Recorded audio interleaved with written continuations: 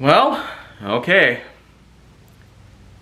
After, I'd say about 1 hour since I actually just returned to the theater to watch another brand new film, I'd say it's about time that we add another piece of modern history to the repertoire of Kaiju Force Neo.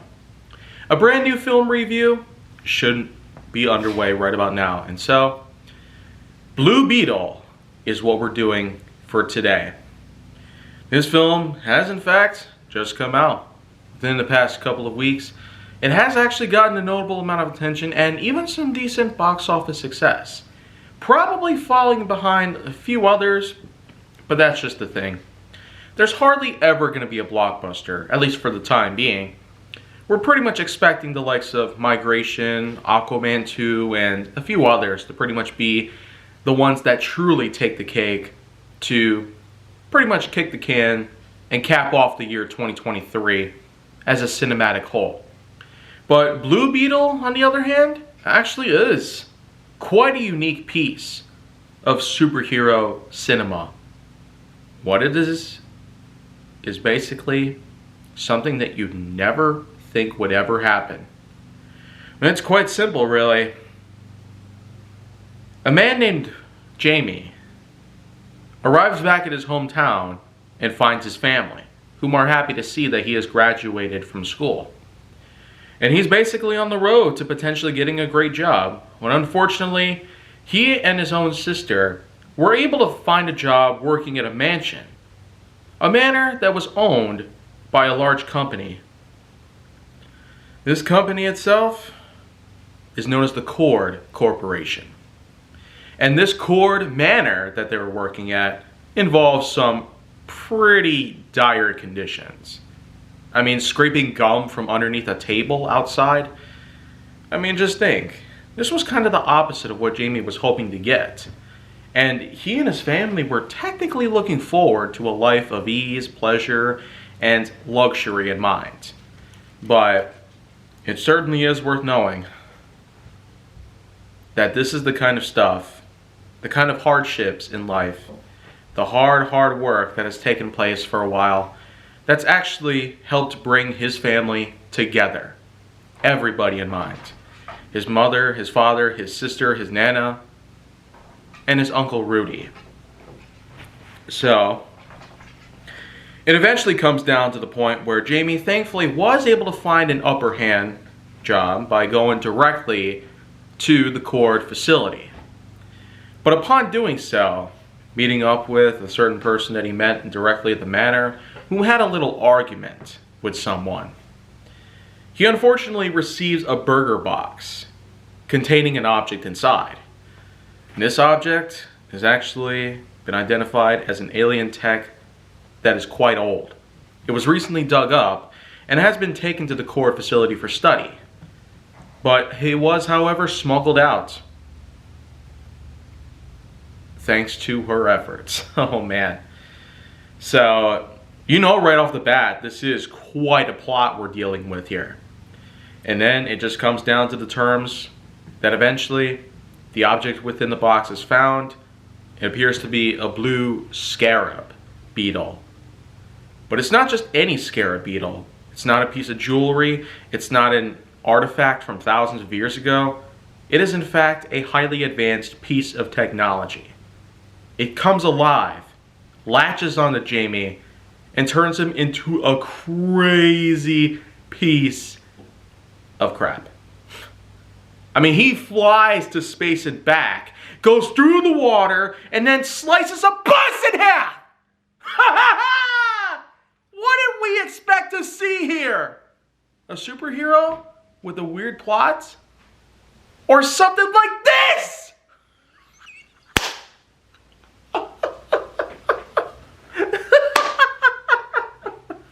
Wow, just wow! Whoever made this film should be proud of themselves. Oh. Like, you have no idea how ecstatic I feel right now about this whole deal. It's crazy. It is insane. It is unbelievable. You don't even know.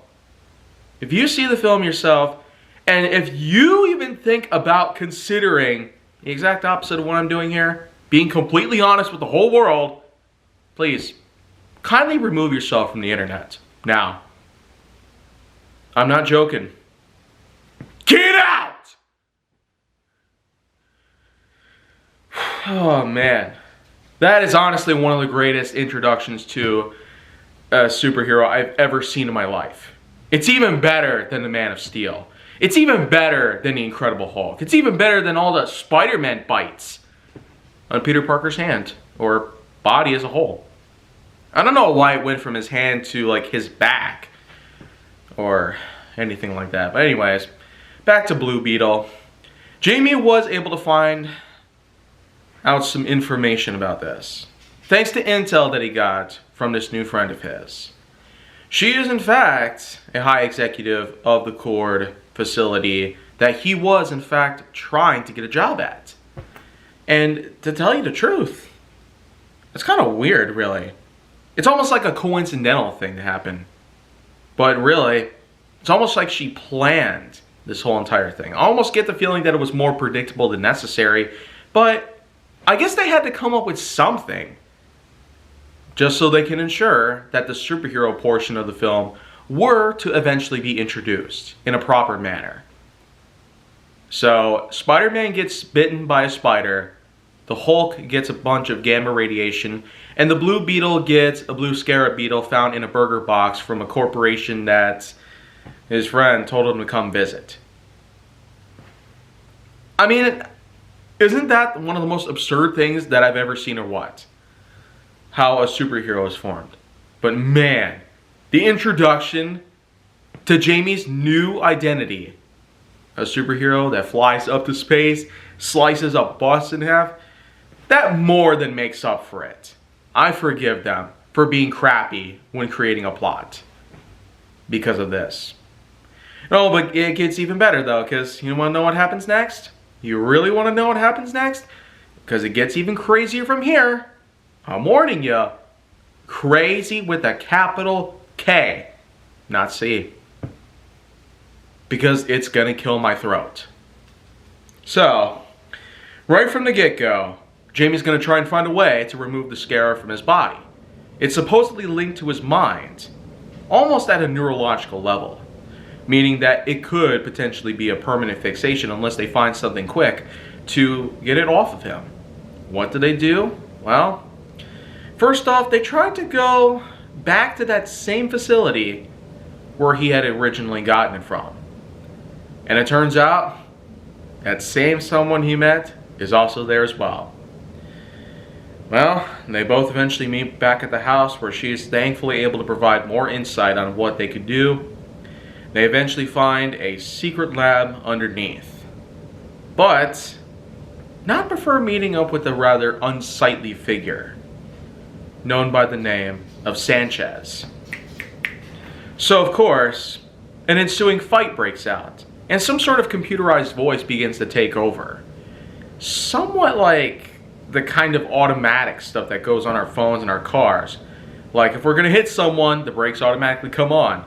Or if there's something going on here, well, it's all too clear at this point. We're practically in a world now where AI is going to be dominating the whole entire facilities, the whole entire job sites, the whole entire offices, everything in mind. Even our own homes. Private property is going to be linked to public intelligence. That's just weird. You ever want to make your private property more public than ever and possibly have no privacy whatsoever? Then this is kind of the way to go. Welcome to the future, where privacy no longer exists. It's better to be honest, though, than to be a bunch of lies. But other than that, though, Jamie cannot get the scarab off of him, no matter what it takes. And everybody else who tries to help him. His sister, his father, everybody in his family. And you know what? This is where we reach a turning point. They managed to find a secret underground lab that was originally home to someone who actually called his own alter ego the Blue Beetle. Now, canonically speaking, the name was generally not passed down. It's not like Jamie called himself the Blue Beetle or anything.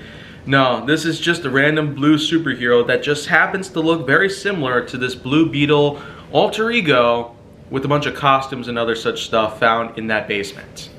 That lab that thankfully his Uncle Rudy was able to gain access to on that computer. They were able to uncover some info and discover that symbiosis is actually what links the Scarab Beetle to Jamie and his own brain. Once it embedded himself in his back, there was no turning back. No pun intended. But above all that, he basically had a decision. Either he had to live with the Scarab Beetle for the rest of his life, or die. Or turn himself into, basically, the people that are trying to kill him now. Over a scarab. Like, imagine that. A blue beetle strapped to somebody's back. I mean, come on. That'd be like if people were coming after this iPhone and then all of a sudden someone breaks into this home and tries to shoot me down just for owning an iPhone. Like I said, there's some rather absurd moments that I feel have zero connotation with the film's plot. But when you think about it, it's the humor that really kicks in and the intense action that just ensues. It helps make up for all the crappy stuff that they've put together for the plot and for the character development in each and every possible end. Put together pretty much. But of all that, you have not seen anything as cruel, despicable, and unbelievably terrible as the scene that follows. They eventually find out that the bad guys are on to the family. They're heading directly to their home, and Jamie needs to get there quick. So how does he do that? He once again transforms into the Blue Beetle himself and flies all the way there. And he puts up a great fight without the urge of killing any of his victims. He instead resorts to more stunning methods, pretty much, including sonic pulsators of some sorts, where they unleash shockwaves on all the soldiers that are trying to kill his family. But oh my gosh, one of the absolute biggest tear-jerking, depressing moments ever in modern cinema comes right here. Basically, Jamie finds out that his father is dying from a heart attack, and he had to go save him, otherwise he wouldn't make it. But in so doing that, he basically opened himself up to a claw that basically came out of the aircraft and grabbed onto him, disabling the Scarab. So he had no way to break free from it. The bad guys basically caught him. And his father was just left for dead. I'm sorry. It is, without a doubt, one of the absolute most tear-jerking, cruel, and undeniably punishing scenes in history. Because in addition to our hero getting clawed in and captured by the bad guys, his father has to die in front of him. And his whole family is unable to save him. Not even the EMTs who came in to rescue him could resuscitate him with the paddles. They couldn't do nothing. He's dead! Like, that is insane! You kicked it up into high gear and then you gave us one of the most saddest scenes in film history. Even worse than a lot of scenes I've noticed. Lots of scenes that made us cry. But this is one of the worst.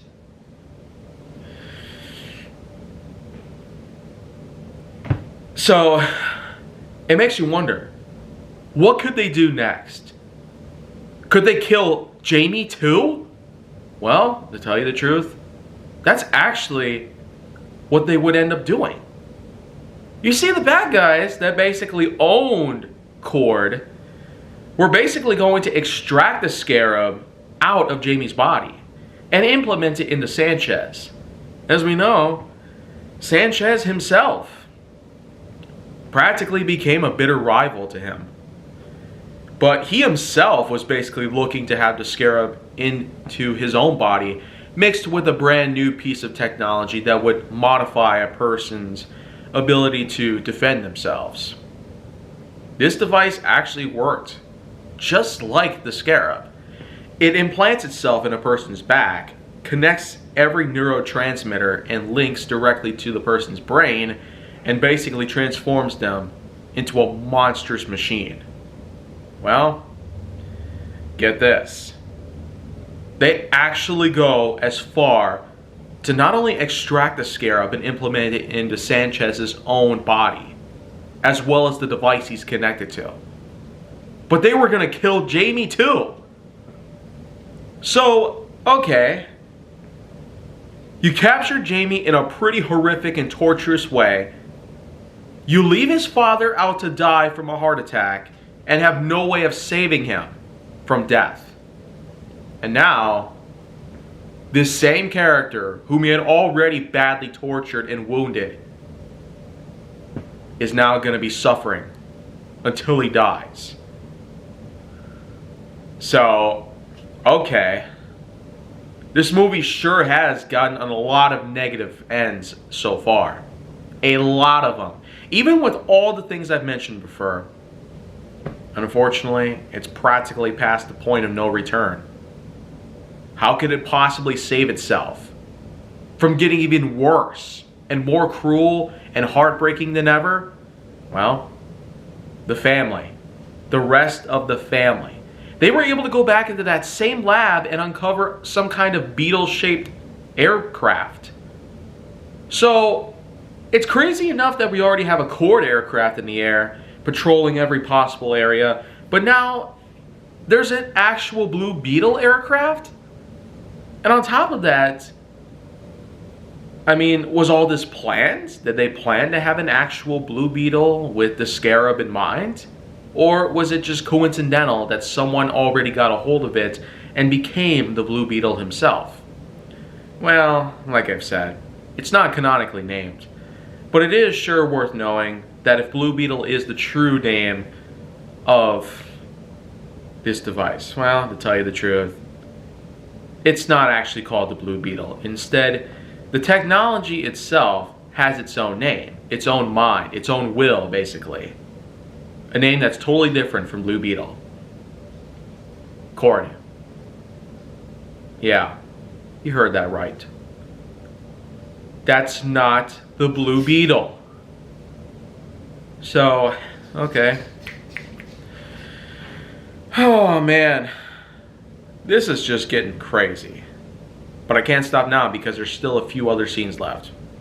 Beginning with the attempted rescue of Jamie. The family manages to find a bunch of weapons, including a power glove that can turn into a shield and a puncher. So, it just comes down to a massive fight against a large army that Cord is attempting to use in their own disposal to basically neutralize this family. And man, do they pack a punch. Seriously. Jamie's own sister holds a power glove, one of the worst gaming peripherals in the entire history of the world, that can punch real hard and block bullets. I mean, how could it get any better than that? Well, okay, I got something. How about a chain gun looking device that is actually wielded by Nana? A Nana holding a chain gun. Wow. Wow. An old lady holding a freaking death machine. It's not just any death machine either. This thing can really terminate the crap out of even the strongest of soldiers, as we actually see at this point in the film. Oh my gosh. Could I possibly go on any further with this? Okay, I guess I got a couple of other things. Well, how about the fact that the Beetle aircraft itself also turns into some sort of spider walker? And it just so happens that Motley Crue has to show up in the background as well. Seriously, one of their songs comes on out of nowhere. But I don't even know, you guys. I just don't know about what else I could say here. But it does culminate itself to an ending with another fight between Jamie and Sanchez. The two clash each other. Sanchez's new form is unbelievably formidable, but supposedly Rudy gets involved in the fight. You know, he throws a few rocks at him. Sanchez fires one shot in his direction, supposedly killing him, and oh man, Jamie totally goes in Super Saiyan. Actually, no, that's not true. Super Saiyan is trademarked to Dragon Ball Z, not Blue Beetle. But instead, it's basically the same exact thing. He boils into a huge rage, and that somehow makes him even more powerful than usual. And even the supposed AI voice within the Scarab itself is telling him to stop, because he's not a killer. But this blind rage is basically preventing him from actually following his own protocol, which is just weird. So, okay, I don't know what else I could say here. Am I just looking at hypocrisy here, or is this just something totally different that I have no understanding or prerequisite for? Man, I really got to fix up my speech, because I'm losing it here. So, in the end though, Sanchez, his memories are revealed. Turns out he's had a past much like Jamie's own. The only difference is that he's a lot older. He lost his family in a bombing, was discovered by Cord, taken away from his own home, and made as some sort of test subject.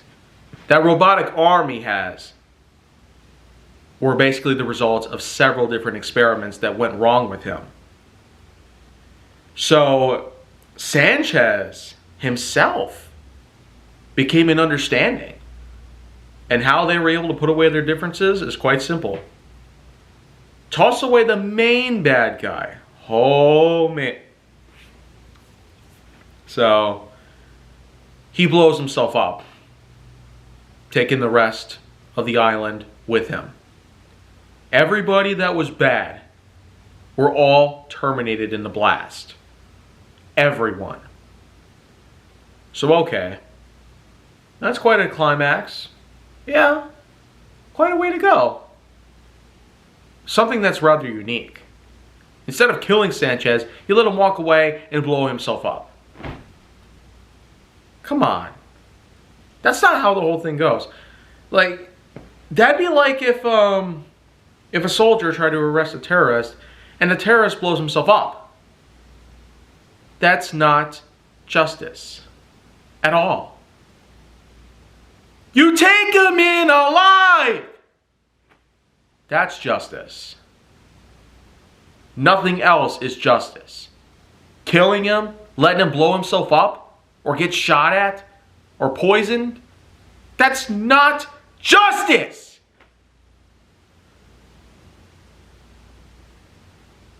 But you know what? At least there is a somewhat happy ending. Basically, Cord is now under new ownership. And now the company is going to be giving back to the community instead of taking away from it.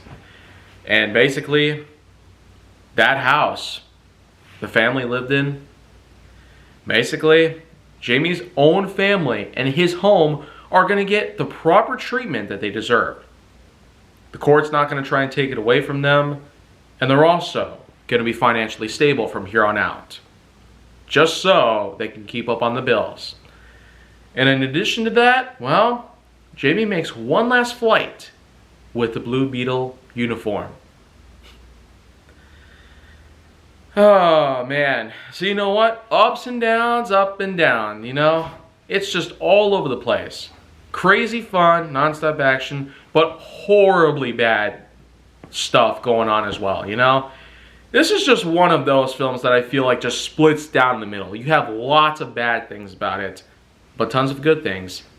They come together and help balance it out, giving what I can pretty much give a fair enough score of 6.4 out of 10.1. I certainly wouldn't call this a bad film by all cases, because some things that it does really horribly at can be made up for with a few other things in mind. The humor is there, the comedy is there, The action is really intense, and I also really appreciate what they've done for the effects. So, it's not really a loss. But you don't get a lot of gains out of it either, which is a little disappointing. So, I suppose that with all that in mind, this pretty much is Blue Beetle itself. From my own perspective, all the way out to you guys, I hope you enjoy what I have left to offer here on Kaiju Force Neo, and I will be making more content going forward. So expect more of these bonus episodes to show up, while I also continue talking about TV shows. I'll see y'all next time.